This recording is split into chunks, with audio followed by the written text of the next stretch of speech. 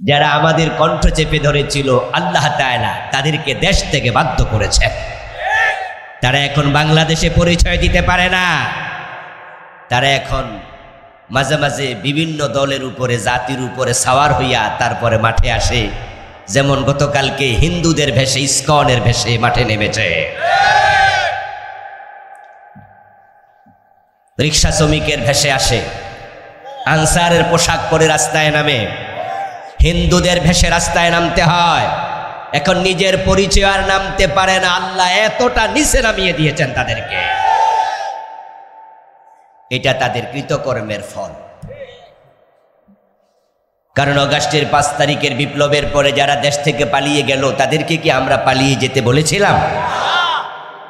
যে ছাত্ররা বৈষম্য বিরোধী আন্দোলন করেছিল, তাদের দাবি থেকে এটা ছিল যে আপনি পালিয়ে যান। তো কেন পালালো?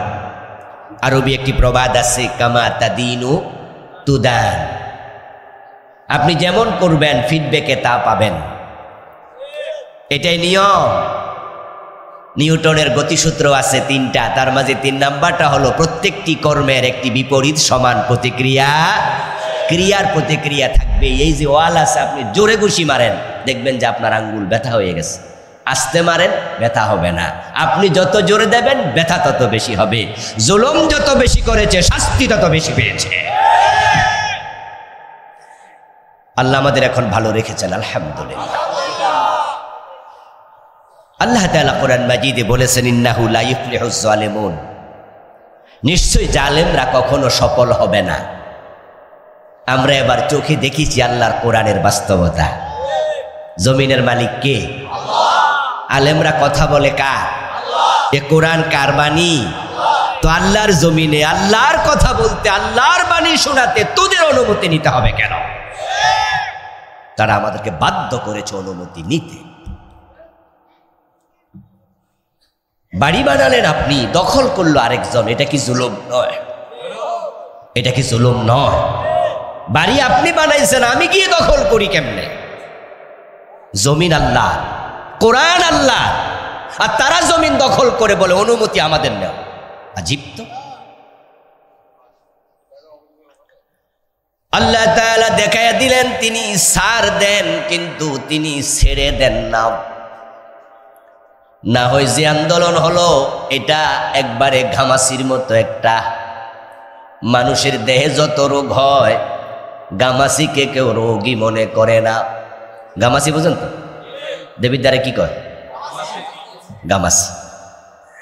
গামাসি উঠলে আপনি হাসপাতালে যান নাকি? এটা কোনো রোগে না। ছাত্ররা কোটা আন্দোলন করলো, তারা বলল কোটা সংস্কার চাই।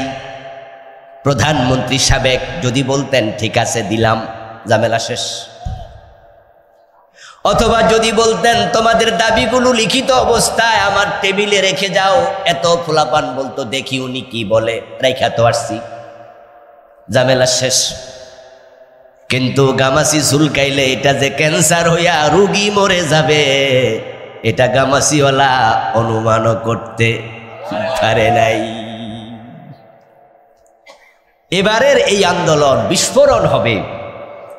পোলাপান বলল কোটা চাই, দিল না, উল্টা বলে দিল রাজাকারের নাতি। লাগলো ফ্যাস। কথার মাঝে ছিল অহংকার, এবং তার দলের নেতা নেত্রীরা কেউ কেউ বলেছে যে বাগে ধরলে 18 গা, আমাদের নেত্রী ধরলে 70 গা। বাগে ধরলে সারে, উনি ধরলে সারে না।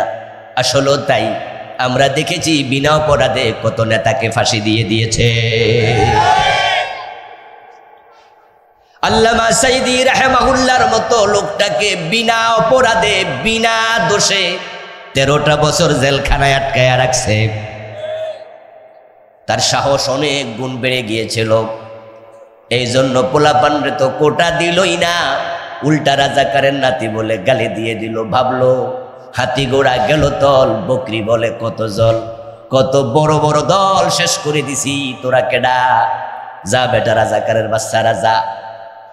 কিন্তু আগুনের মাঝে ঘি ডালার মতো বিস্ফোরণ ঘটে গেল।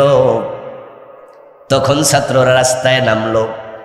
উনি তখনও সরি বললে ঝামেলা শেষ হতো। সরি না বলে গুলির অর্ডার করলেন। আবু সাইদ বুক পেতে গুলি নিল, মুগ্ধরা শহীদ হয়ে গেল, ঝামেলা আরো পাকায় গেল। অবস্থা হলো এমন যে সব ছাত্র রাস্তায় নেমে 9 দফা দিল। মেনে নিলে ঝামেলা শেখানো শেষ হতো, কিন্তু না মানাতে 9 দফা 1 দফা হলো। ওই 1 দফাটাও ছিল পদত্যাগ, পালিয়ে যাও এটা ছিল না। তো পালাইলো কেন? পালানোর কারণ আমার আল্লাহ এবার ধরছে। এবারের বিপ্লব কোনো মানুষ করে নাই, ছাত্ররা ছিল শিলা, বিপ্লব করেছে স্বয়ং আল্লাহ। এই ছাত্ররা ছিল শিলা মাত্র। নয় পালাবে কেন? কেউ তো বলেনি পালাও, বরং পালানোর কথা বলছে তার নিয়োগকৃত সেনাবাহিনীর প্রধান, তার আত্মীয় ওয়াকার। উনি এসে বললেন, ম্যাডাম 45 মিনিটের বেশি সময় নাই। উনি তখন মাথা উঁচু করে দাঁড়িয়ে যেতে পারতেন, বলতে পারতেন আমি বঙ্গবন্ধু কন্যা, আমি কেন পালাবো? এই দেশটা আমার, এখানে আমার জন্ম, আমার বাবা স্বাধীনতার স্থপতি, প্রয়োজনে জান দেব, পালাবো না। কিন্তু না, তিনিও হেলিকপ্টারে করে পালালেন। কারণ একটাই, এমন জুলুম করছে যেটার রেজাল্ট আল্লাহ তাকে দিছে, তার কলবের মাঝে ভয় ঢুকাইয়া দিছে। তাই পুরা দলের সবাইরে অসহায় বানায়া জান লইয়া পালাইছে। এমন ভাবে পালাইছে, রান্না করা খাবার খাইয়া পালানোর সময় পায় নাই। রান্নকে আর খাইল।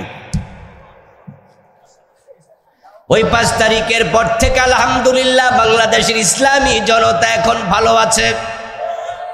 এখন কোন আলেম বাংলাদেশে অ্যারেস্ট হওয়ার খবর পাওয়া যায় না।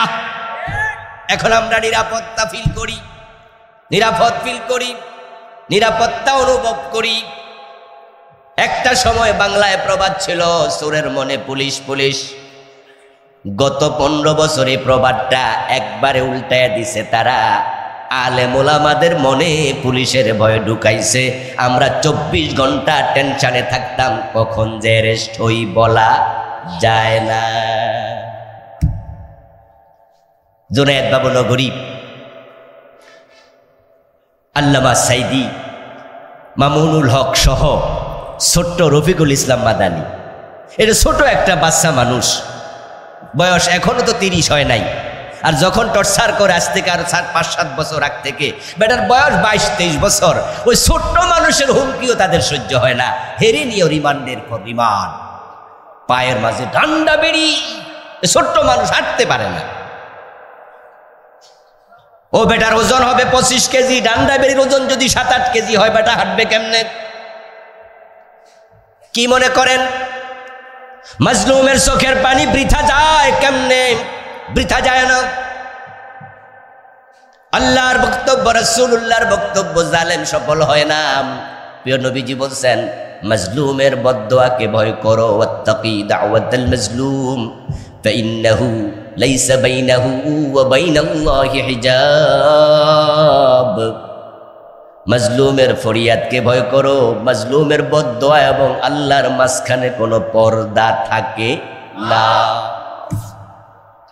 আলহামদুলিল্লাহ এখন আলেমরা, ইসলামওয়ালারা ভালো আছে, এখন খারাপ আছে, দুঃসময় আছে।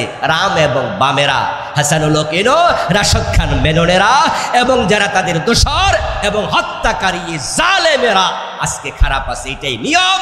তিলকাল আইয়াম নুদাবিলুহা বাইনান নাস। আল্লাহ বলে, আমি দিন এভাবে ঘুরাইয়া দিই। যারা দেখবেন যে গাড়ি চালা, ড্রাইভ করে, তাদের কি স্টিয়ারিং একদিকে ধরে রাখে নাকি? কিছুক্ষণ পরে দেখবেন যে ঘুরায়। আর রাস্তা যখন ভাগ নেয় তখন ভুল ঘুরান। আজকে আপনি পুত্র, কালকে হবেন বাবা। আজকে আপনি বধূ, কালকে হবেন শাশুড়ি। যে আচরণ আজকে করছেন, কালকে এটা ফিরে পাবেন। শাশুড়ির সাথে পুত্রবধূ যা করে, সে যখন নিজে শাশুড়ি হবে, তার পুতের বউ সেটাই ফিরাই দেবে।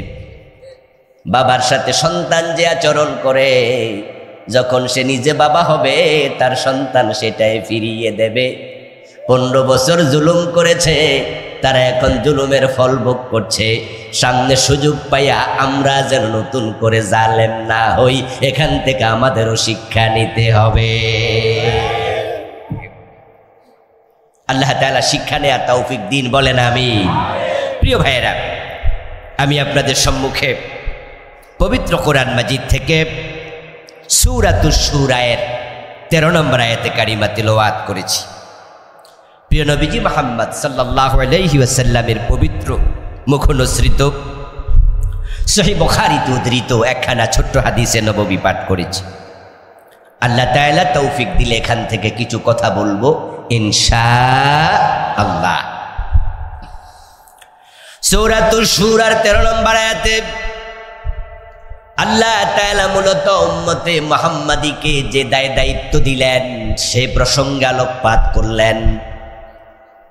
আমরা সকলে জানি এই দুনিয়ায় যত নবী এসেছিলেন, যত নবীর উম্মত এসেছে, সব নবীর মাঝে আমাদের নবী সবার সেরা, উম্মতের মাঝে উম্মতে মুহাম্মাদী সবার সেরা।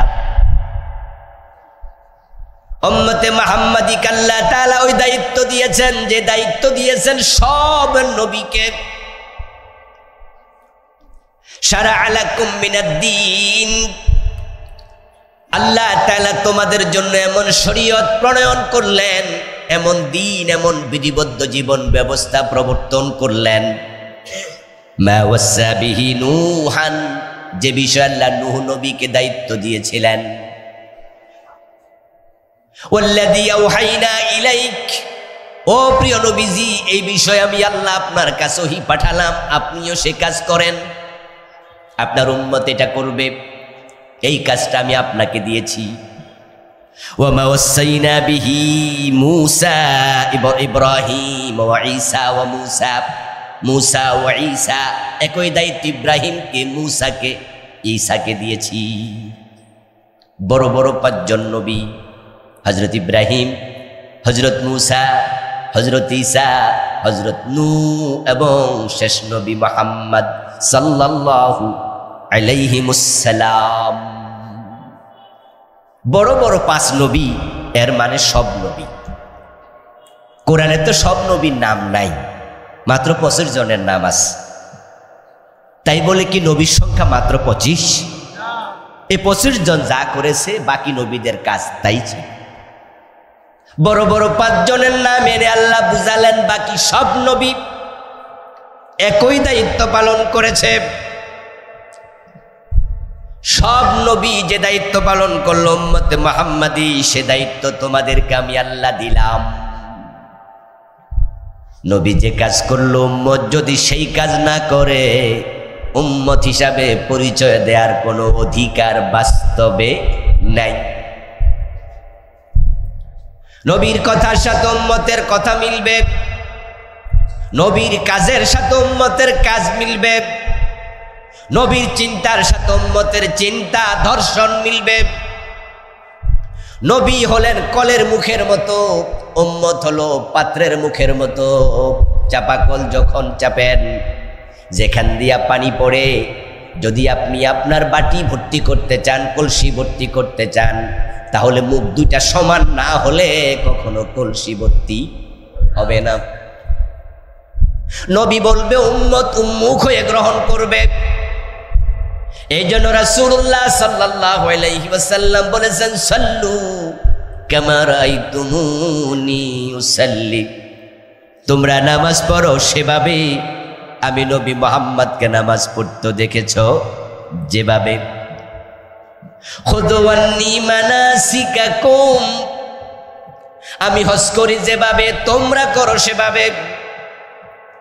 আমি নবী মুহাম্মদ জিকির করি যেভাবে তোমরা করো সেভাবে। আমার জিহাদ যেভাবে তোমাদের জিহাদ সেভাবে। নবী যা করেন উম্মত তাই করবে, এটা উম্মতের দায়িত্ব।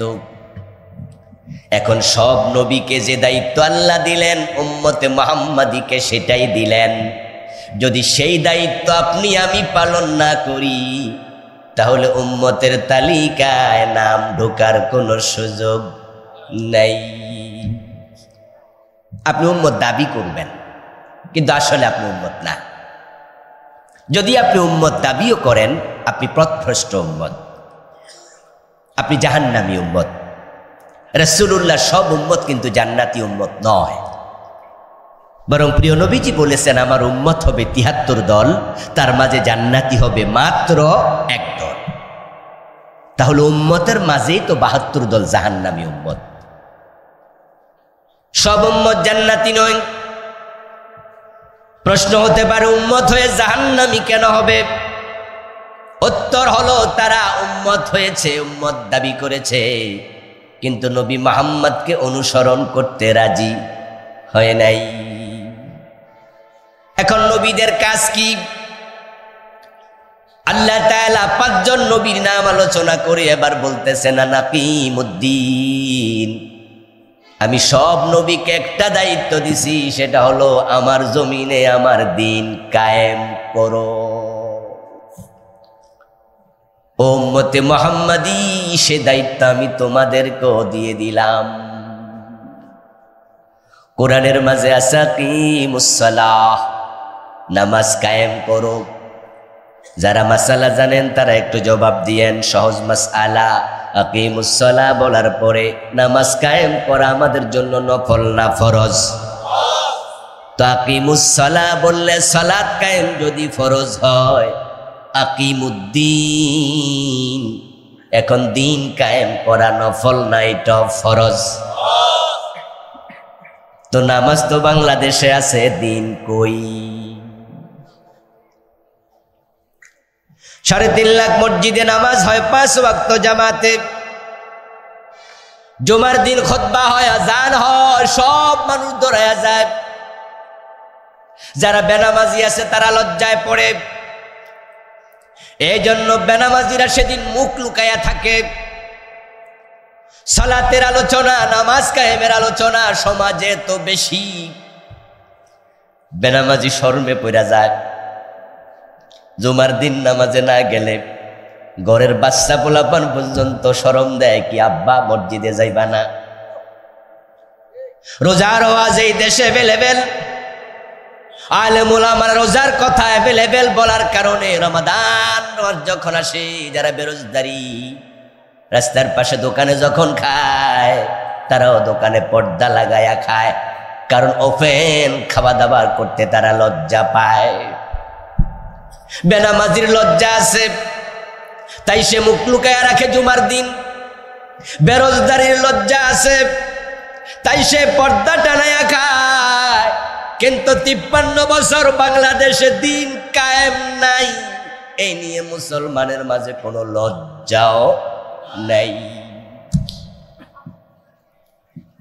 অথচ নামাজ পড়ো যিনি বললেন, দিন কায়েম করো তিনি বললেন।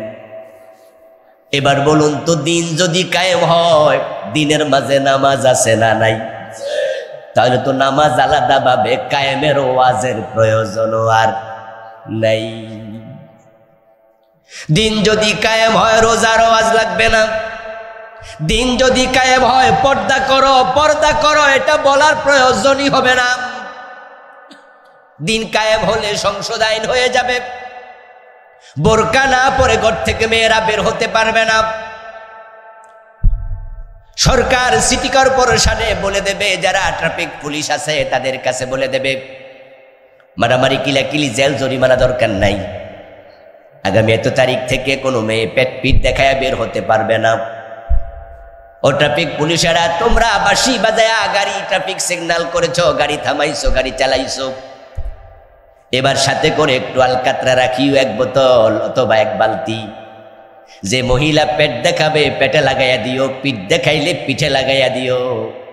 যদি 3 দিন 5 দিনে কর্মসূচি চলে, তাহলে সোজা হয়ে যাবে তারের মতো, নিজেরাই বোরকা ছাড়া বের হবে না।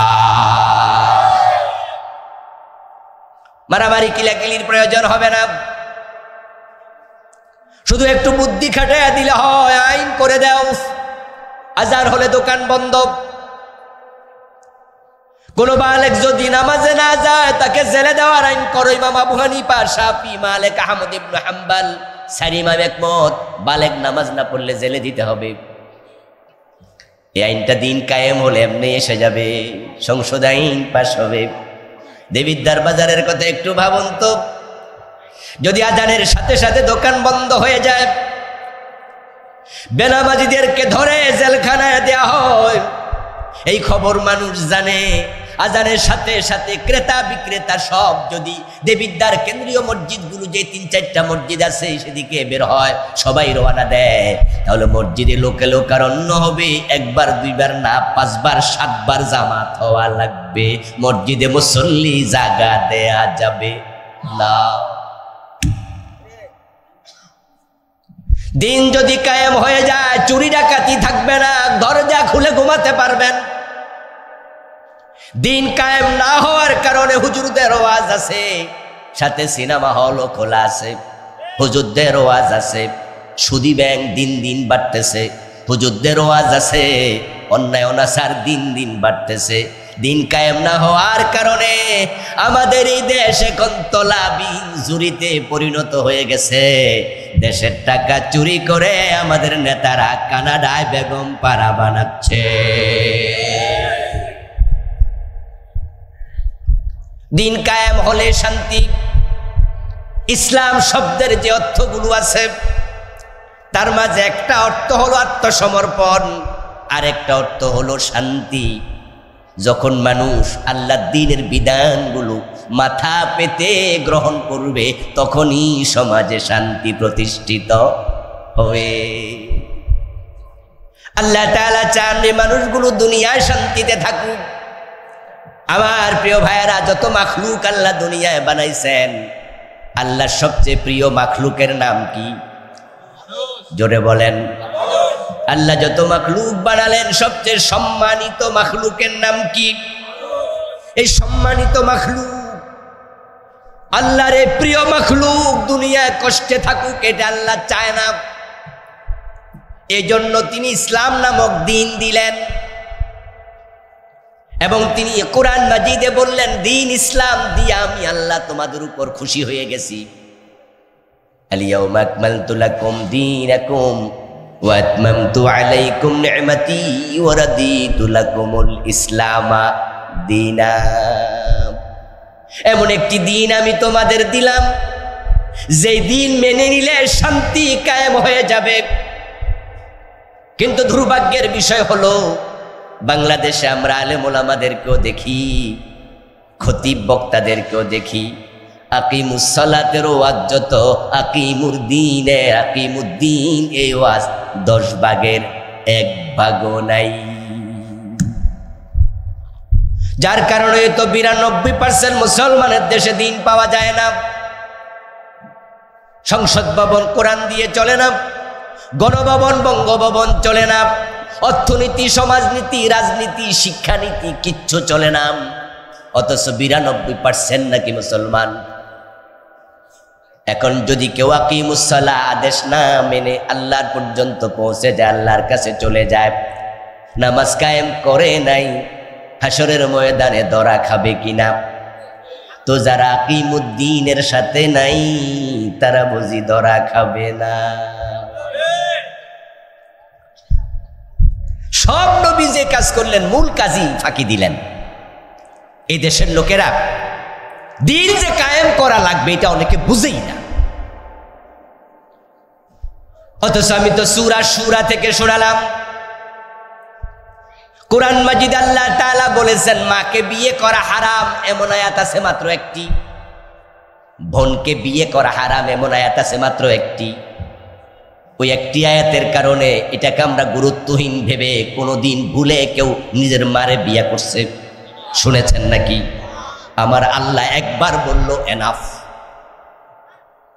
যখন কোর্টের মাঝে কোনো হাকিম কোনো আসামিকে ফাঁসি দেয়, তখন তার বিচারের মাঝে ফাঁসি ফাঁসি ফাঁসি 40 বার লেখে নাকি?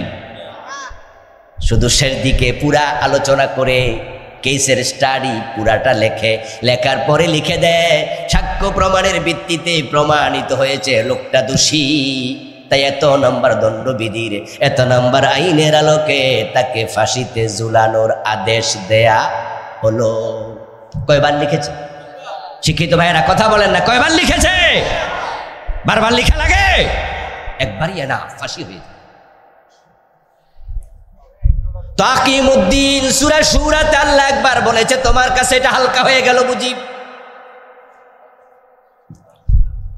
কেউ যদি তার মাকে তার বোনকে বিয়ে করে ফেলে আর তাকে প্রশ্ন করা হয় তুমি এটা কেন করলে, সে যদি উত্তর দেয় কোরআনে মাত্র একবারে না কইছে এই জন্য আমি এটা হালকা ভাবছি, আমার দোস্ত আমরা সবাই তাকে বলবো পাগল নাকি? আল্লাহ কি 40 বার কোয়া লাগে নাকি? আমার আল্লাহ একবার বললে যদি বিধান ফরজ হয়ে যায়, আকিমুদ্দিন এটা শোনার পরেও জানার পরেও দিন কায়েমের আন্দোলনের বাহিরে থাকেন কেমনে? কিভাবে থাকেন আপনি? এই দেশে আলেম, এই দেশের পীর, এই দেশের তাবলীগ, এই দেশের বুজুর্গ আলহামদুলিল্লাহ তারা নামাজ রোজা হজ যাকাত জিকির আজকারের যেই পরিমাণ ওয়াজ করেছে, যদি অর্ধেক ওয়াজ দিন কায়েমের হতো, এই দেশের দিন কায়েম কোন জালেম ঠেকাতে পারত না। এই দিন কায়েমের ওয়াজ এই দেশে হচ্ছে না তা নয়, হচ্ছে তবে খুব কম। অল্প কিছু হুজুর এই বিষয়ে কথা বলে, অল্প কিছু আলেম। আজকের এই মাহফিলে এমন পীর সাহেবের মুরিদ এখানে আছেন, আপনার পীরের কাছে আপনি 10 বছর 20 বছর ধরে মুরিদ তালিম নিচ্ছেন। আমার ওয়াজ শোনার পরে আপনার কাছে মনে হচ্ছে আবুল কালাম আজাদ দিন কায়েমের এত গুরুত্ব দিয়ে ওয়াজ করতেছে, কই আমার হুজুর তো এই কথা জীবনে একদিনও কয়ে নাই। দিন কায়েমের ওয়াজ করে না এমন পীর বাংলাদেশে আছে না নাই? আবুল কালাম আজাদ বাশার দিন কায়েম ফরজ, এটা আল্লাহর অর্ডার, সব নবীর দায়িত্ব। এত গুরুত্ব দিল কই আমাদের খতিব সাহেব 30 বছর আমাদের মসজিদে জুমা পড়ায়, উনি তো কোনোদিন আয়াতের ওয়াজ করলো না, জীবনে কোনোদিন দিন কায়েমের ওয়াজ করে নাই, এমন খতিব আছে না নাই? বরং এই সংখ্যাটাই তো সমাজে বেশি। দিন কায়েমের দায়িত্ব আমরা কিছু আলেমের হাতে দিয়ে দিলাম, কিছু দলের হাতে দিয়ে দিলাম, অমুক দল দিন কায়েমের ওয়াজ করুক। তাই বাংলাদেশে একটি ভুল ট্রেন্ড চালু হয়েছে, ভুল চিন্তা ঢুকেছে। যখনই কোনো আলেম দিন কায়েমের ওয়াজ করে তখন দলের নাম নেয়া লাগে না, পাবলিক নিজে বুঝালায় উনি মনে অমুক দল করে। কি আমার সাথে কি আপনারা দ্বিমত? দিন কায়েমের ওয়াজ শুনলে পাবলিক রাস্তা দিয়ে হাঁটতে হাঁটতে যদি শোনে তাও কয়ে লাগে যে হুজুর মনে হয় অমুক। অদস্ত এতে প্রমাণিত হয়ে গেল ওই দল ছাড়া দিন কায়েমের ওয়াজ করে এমন দল কম, যার কারণে তো 53 বছরে দিন কায়েমের কাছাকাছি আমরা যাইতে পারি নাই। যদি আলেমরা একমত হয়ে যায় তাহলে জালেমরা পালাবে, এবারই আল্লাহর জমিনে দিন কায়েম হয়ে যাবে। এটা এবারই সম্ভব। কিভাবে দিন কায়েম হয়? দিন কায়েম হওয়ার অর্থ হলো যেখানে দিনের বিধান নাই সেখানে দিনের বিধানগুলো প্রতিষ্ঠিত করা। এই যে আপনাদের উপরে সামিয়ানাটা আছে আজকে, ঠিক আজ থেকে 2 দিন আগে সামিয়ানাটা এইভাবে ছিল দাঁড়ানো। অর্ডার যখন দিয়েছে মাহফিল কর্তৃপক্ষ, তখন যারা এ কাজে প্যান্ডেল প্রণেতা আছে তৈরিকারী, তারা এই লাঠিগুলো আনছে, কাপড়গুলো আনছে, ফিট করার জন্য ছোট ছোট লোহার পেরেক এনেছে। তারপরে কয়েকজন কর্মচারী এসেছে, তারা কুঠার হাতে নিয়া খন্তা হাতে নিয়া মাটি খুঁড়ে বাঁশ গাড়াইছে, আস্তে আস্তে আস্তে আস্তে করে কাপড় টানাইছে। টানানোর পরেই এখানে মাহফিল করার পরিবেশ তৈরি হয়ে গেছে, প্যান্ডেল এখন তৈরি। আমার নবী, আপনার নবী, বিশ্ব নবী মুহাম্মাদুর রাসূলুল্লাহ সাল্লাল্লাহু আলাইহি ওয়াসাল্লাম যখন জাহিলিয়াতের যুগে আসলেন, ওই যুগে কি মানুষ কাপড় চোপড় পরতো, ভালো কইরা পর্দা করত? ওই যুগের মানুষ আল্লাহর সিজদা করত? ওই যুগের মানুষ 5 ওয়াক্ত নামাজ পড়তো? ওই যুগের মানুষ, ওই মানুষগুলো রোজ রমজানে রোজা রাখতো? আমরা দেখেছি জাহিলিয়াতের যুগে মানুষগুলোর ভিতরে কোনো মনুষ্যত্ব বোধ ছিল না, সব ছিল অমানুষ। তারা এতটা নিচে নেমেছিল, বাবা নিজের মেয়েটাকে জীবিত মাটির নিচে কবর দিয়ে দিত, এলাকাবাসী এসে ধন্যবাদ জানাতো। ছোট্ট পুটপুটে কন্যা সন্তান, তার বয়স মাত্র 3 দিন 5 দিন 7 দিন 10 দিন। ওই ছোট্ট শিশুটাকে কোলে কইরা নিয়া মাটি খুঁড়ে মাটির মাঝে রেখে মাটিতে চাপা দিয়ে দিত। বাবা মা ছেলে মেয়ে এক জায়গায় বসে মদ পান করত। কোন সুন্দরী যুবতী যদি একা একা 2 মাইল 3 মাইল হেঁটে যেত, একাধিকবার দর্শনের শিকার হয়ে যেত। চুরি ডাকাতি তাদের পেশার স্বীকৃতি পেয়েছিল। ও মানুষগুলো নিচে নামতে নামতে এত নিচে নেমেছে, ইবলিস শয়তান এত নিচে নামতে পারে নাই। কিন্তু যখন আল্লাহ নবী মুহাম্মদকে ইসলাম নামক দিন দিয়া পাঠাইলেন, তিনি ওই দিন কায়েম করলেন, 1.25 লক্ষ সাহাবী রাসূলের সাথে একমত হয়ে গেল। তখন জাহিলিয়াতের যুগ পরিবর্তন হইয়া নতুন নাম পেল, যে যুগের নাম হয়ে গেল খায়রুল কুরুন। সুবহানাল্লাহ। আমরা শুনে চাই আমি জাহিলিয়া, এটাই তো বেশি শোনা যায়। কিন্তু রাসূলুল্লাহ ইন্তেকালের আগে বললেন না, সেটা এখন আর নাই। খায়রুল কুরুনি কারনি, আমার যুগ পৃথিবীর সর্বশ্রেষ্ঠ নাম্বার 1 ইরা, নাম্বার 1 যুগ। আল্লাহর হাবিব দিন প্রতিষ্ঠিত করলেন। এখন রাসূলুল্লাহ সাল্লাল্লাহু আলাইহি ওয়াসাল্লাম যেই যুগে এসেছিলেন সেই যুগে মাদক ছিল, কিন্তু রাসূল যখন দুনিয়া থেকে যান মাদক আর নাই। এবার আপনাদের প্রশ্ন করব, জবাব দিন, বাংলাদেশে মাদক আছে না নাই? এটা বন্ধ করা দরকার আছে কিনা? এখন বন্ধ করতে হলে দিন কায়েমের বিকল্প নাই। কারণ আমাদের দেশে যে নেতারা 53 বছর দেশ চালাচ্ছে, ওরা মাদকের ব্যাপারে মাইক হাতে নিয়ে সিরিয়াস, বাস্তবে ভণ্ডামি। কারণ তারা মদের বিরুদ্ধে যে অধিদপ্তর বানাইছে, যে অফিসটা বানাইছে, এটার নাম দিছে মাদক নিয়ন্ত্রণ অধিদপ্তর। আমরা কি নিয়ন্ত্রণ চাই না নির্মূল চাই? আপনারা যারা চুপ, তারা কোনটা চান বলেন? কি নিয়ন্ত্রণ চান না নির্মূল চান? এই ড্রাইভার, গাড়ি নিয়ন্ত্রণে চালাও, এর মানে কি স্টপ করো? ড্রাইভার যখন 80-তে 90-তে চালায়, তখন আমরা যাত্রীরা মাঝে মাঝে বলি, ভাই গাড়ি কিন্তু নিয়ন্ত্রণে চালান, এর মানে আপনি 60-এ চালান, 50-এ চালান। ওরা কত বুদ্ধিমান দেখেন, মাইক হাতে নিয়ে কয় যে মাদকের ব্যাপারে 0 টলারেন্স, আমরা মাদকের ব্যাপারে সাথ দেই না, আমাদের সরকার এই করেছে ওই করেছে। হুজুর, আপনারা দয়া করে একটু যুবকদেরকে বুঝান, তারা যেন মাদক সেবী না হয়। মনে হয় যেন এই নেতা মাদকের বিরুদ্ধে সিরিয়াস, কিন্তু অফিস যেটা বানাইছে ওইটা বানাইছে নিয়ন্ত্রণ, মানে কিছু কিছু খাও। তারা বড় চালাক।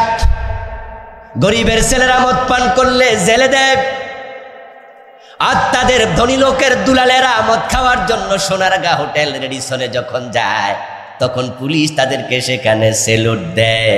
এক দেশে 2 আইন দিয়ে কখনো মাদক বন্ধ করা যাবে না। আইন সবার জন্য সমান হওয়া লাগবে, ঠিক কিনা? তো গরিবের ছেলে মদ খাইলে জেলে দিবা, ধনীর ছেলে সেরাটনে গিয়ে খায়, তাকে জেলে দাও না কেন? আমরা তো দেখেছি হযরত ফারুক আজম ওমর রাদিয়াল্লাহু তাআলা আনহু, উনার ছেলে আবু শাহমাকেও ছাড় দেন নাই। আমার প্রিয় ভাইয়েরা, দিন কায়েম হবে কখন? আল্লাহর কোরআন সংসদে ঢুকবে যখন। এই কোরআনটাকে মসজিদ থেকে, মাদ্রাসার তাক থেকে সংসদ ভবনে নেয়ার জন্য সব মুসলমানকে জেগে উঠতে হবে। মুসলমানরা যখন জেগে উঠবে, তখন কোরআন সংসদে ঢুকবে। সংসদে যখন আইন হবে, তখনই দিন কায়েম হয়ে যাবে। রাসূলুল্লাহ সাল্লাল্লাহু আলাইহি ওয়াসাল্লাম মক্কায় 13 বছর চেষ্টা করলেন, দিন কায়েম হলো না। মদিনায় তিনি গেলেন, দিন কায়েম হলো। হিজরতের পথে প্রিয় নবীজি দোয়া করলেন, ওয়াজআলনি মিন লাদুনকা সুলতানান নাসিরা, হে আল্লাহ, তুমি আমাকে রাষ্ট্র ক্ষমতা দিয়ে সাহায্য করো। আচ্ছা, এই দোয়াটা আল্লাহর কোরআনে এখনো আছে না নাই? আছে।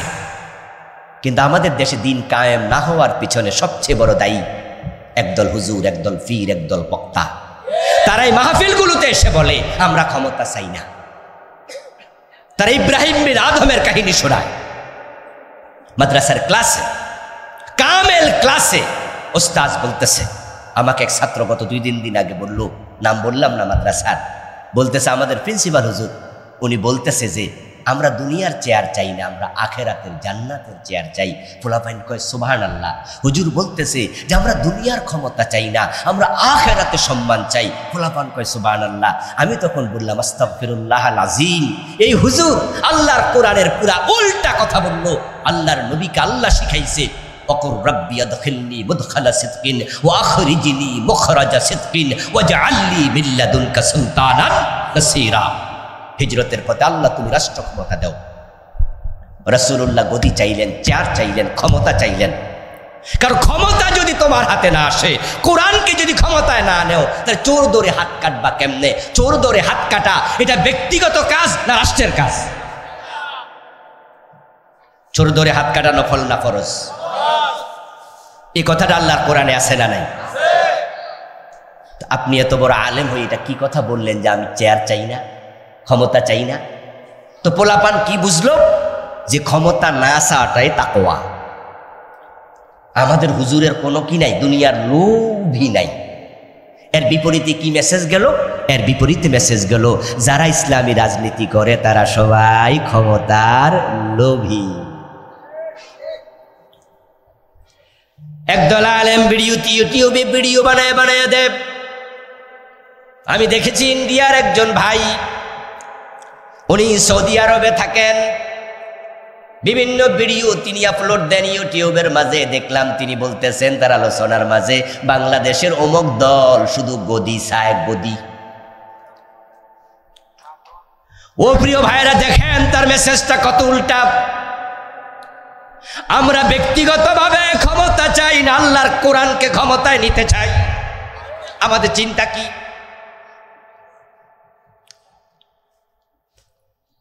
বরং হুজুর পীর সাহেব ক্লাসের মাঝে বলল আমরা ক্ষমতা চাই না, আখেরাতে চাই। পোলাপান কয় সুবহানাল্লাহ। অথচ বলুন তো, নবী মুহাম্মদ মদিনার প্রেসিডেন্ট ছিলেন কয় বছর? যারা জানেন বলেন কত বছর? 10। এখন উনি যে বললেন আমরা দুনিয়ার ক্ষমতা চাই না, তাহলে বোঝা গেল উনার তাকওয়া নবী মুহাম্মদের চেয়েও, মানে দাওয়ের চেয়ে কোনছি বড়? আসার বড়? সূর্যের চেয়ে বালির তাপ বাইরে গেছে।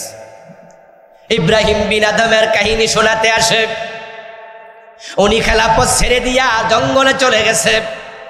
জঙ্গলে যাওয়ার পর আল্লাহর ওলি হয়ে গেছে।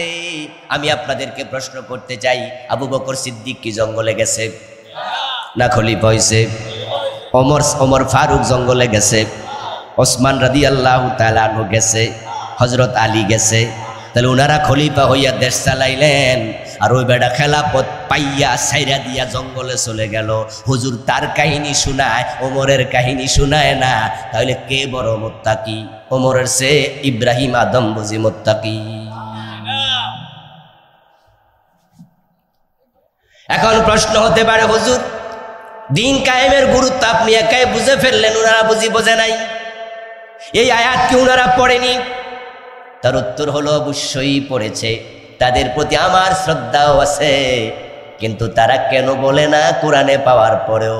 সেটা আমি কিছুটা অনুধাবন করি। সেটা হলো তারা দেখেছে আকিমুস সালাহ এই ওয়াজ করলে মামলা খাওয়া লাগে না, রোজা রাখো বললে জেলে যাওয়া লাগে না, হজর ওয়াজ করলে পিরালিতে ঝামেলা হয় না। কিন্তু দিন কায়েমের ওয়াজ যারা করেছে বাংলাদেশে, তারা ডজন মামলা লইয়া ফেরারি আসামি হইয়া ঘরে ঘরে ঘুমাইতে পারে না। আল্লামা সাইদি রাহেমাহুল্লাহ যদি দিন কায়েমের পক্ষে বলিষ্ঠ কথা না বলে শুধু ফিরানি করতেন, উনার মতো মুরিদ বাংলাদেশে কোনো পীর সাহেব পেত না।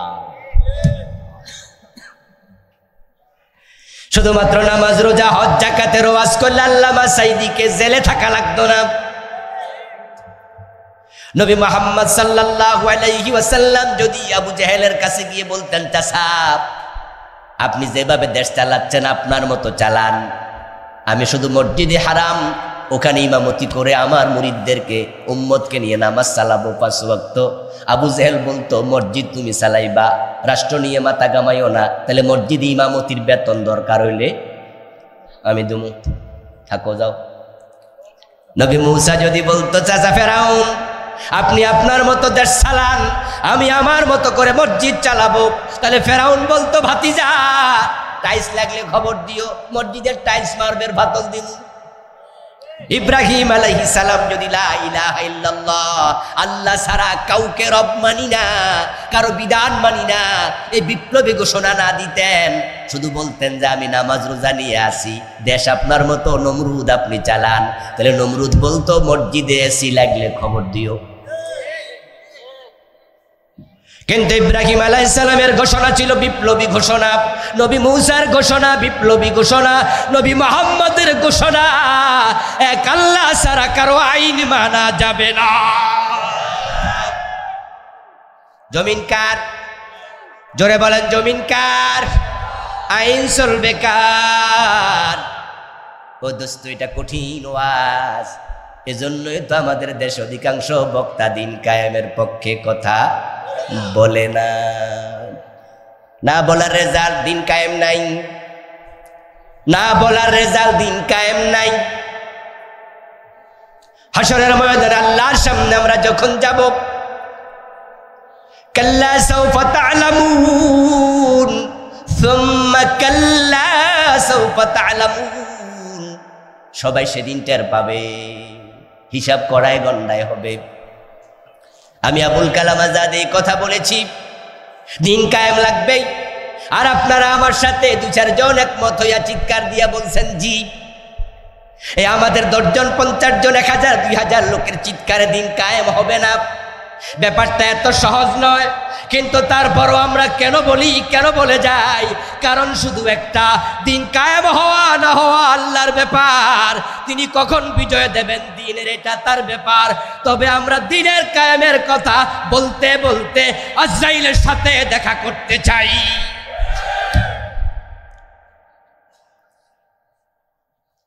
আল্লাহর সামনে হাজির হওয়ার পর আল্লাহ তাআলা যখন আমলনামা খুলবেন, মুখে যত কথা মানুষ বলে একটা কথাও বাদ নাই, সব রেকর্ড হচ্ছে।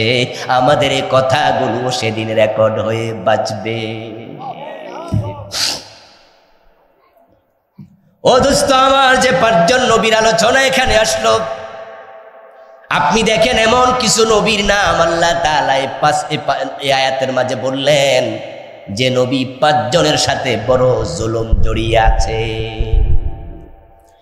ইব্রাহিম নবীর দিকে তাকান, আগুনে ফেলে দেয়া হয়েছে। নবী মূসার দিকে তাকান, সমুদ্র পাড়ি দিয়া কোন রকমে জান লইয়া হিজরত করা লেগেছে। নবী ঈসার দিকে তাকান, শত্রু পরিবেষ্টিত অবস্থায় আল্লাহ আকাশে তুলে নিয়েছে।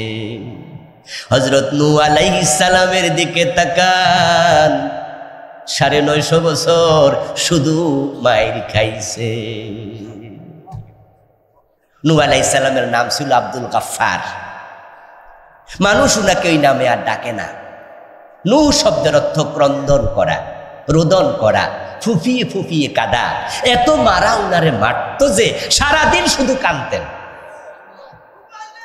এই জন্য মানুষ এখন উনাকে নূহ বলে ডাকে, ক্রন্দনকারী বলে ডাকে, আসল নাম ভুলে গেছে।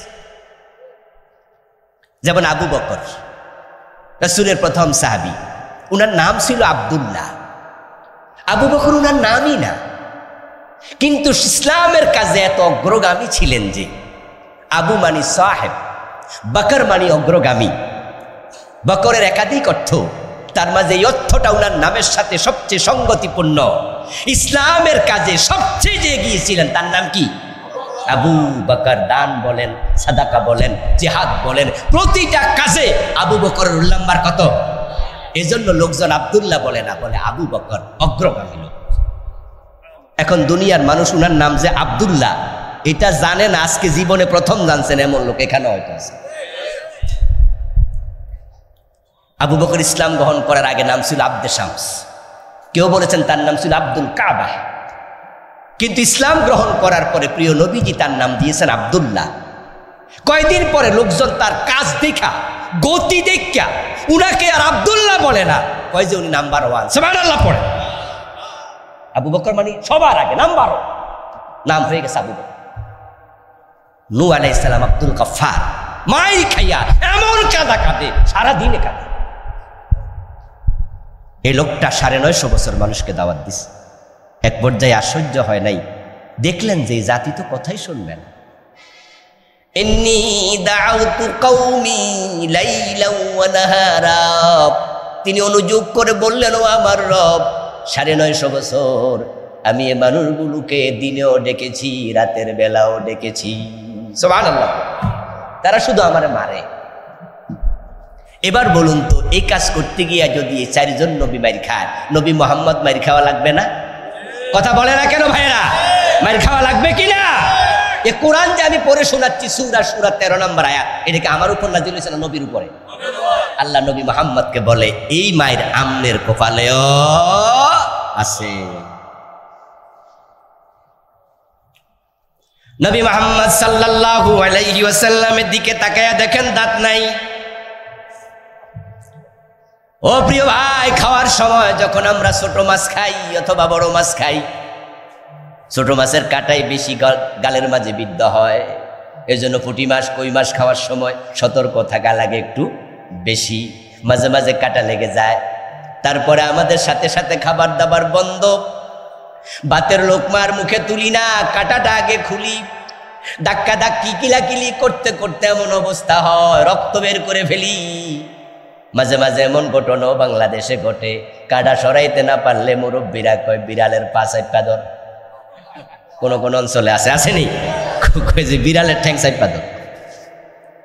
আপনি যুদ্ধ করার পরে যখন কাঁটা টেনে বের করেন, তখন হাতে নিয়ে দেখেন এতক্ষণ মনে হয়েছে উহুদ পর্বত, আসলে মাত্র একটুকু। ওই সামান্য কাঁটা যদি খাবার দাবার বন্ধ করে দেয়, আর সে কাঁচা দাঁত যখন ভেঙ্গে ফেলেছে, আমার রাসূলের কষ্ট কত লেগেছে।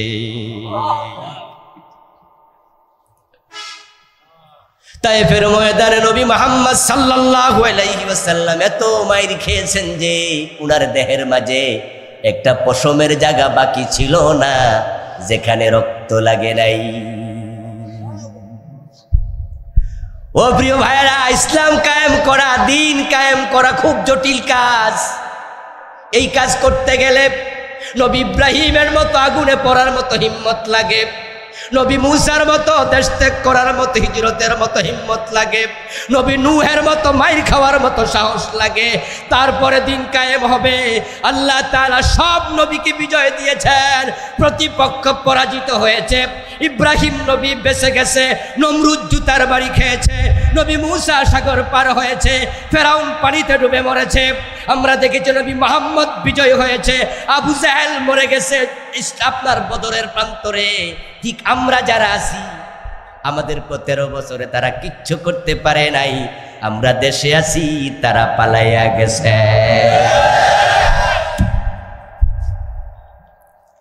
এই 13টা বছর তারা আমাদেরকে নখে তুলে উকুনের মতো মারতে চাইছিল। উরি বাবা রে বাবা, আল্লাহর এমনও বান্দা গেছে যার বিরুদ্ধে 100 থেকে 150 মামলা। আমাদের শফিকুল ইসলাম মাসুদ ডক্টর, আহারে সুস্থ মানুষ ধরে নিছে। তারপরে 3 দিন পরে দেখি রিমান্ড থেকে যাওয়ার সময় আদালতে আর উঠতে পারে না, 2 পাশে পুলিশ কান্দে লইয়া তুলতেছে, ঠিক না? লুজ বানাই ফেলছে, ল্যাংরা বানাই ফেলছে। দেলোয়ার হোসেন সাইদি নামে একজন ছিল না, যে উনাকে আমরা দেখেছি যে একবারে পুরা আতুর বানায়, আতুর। কিন্তু আমি আশ্চর্য হই কখন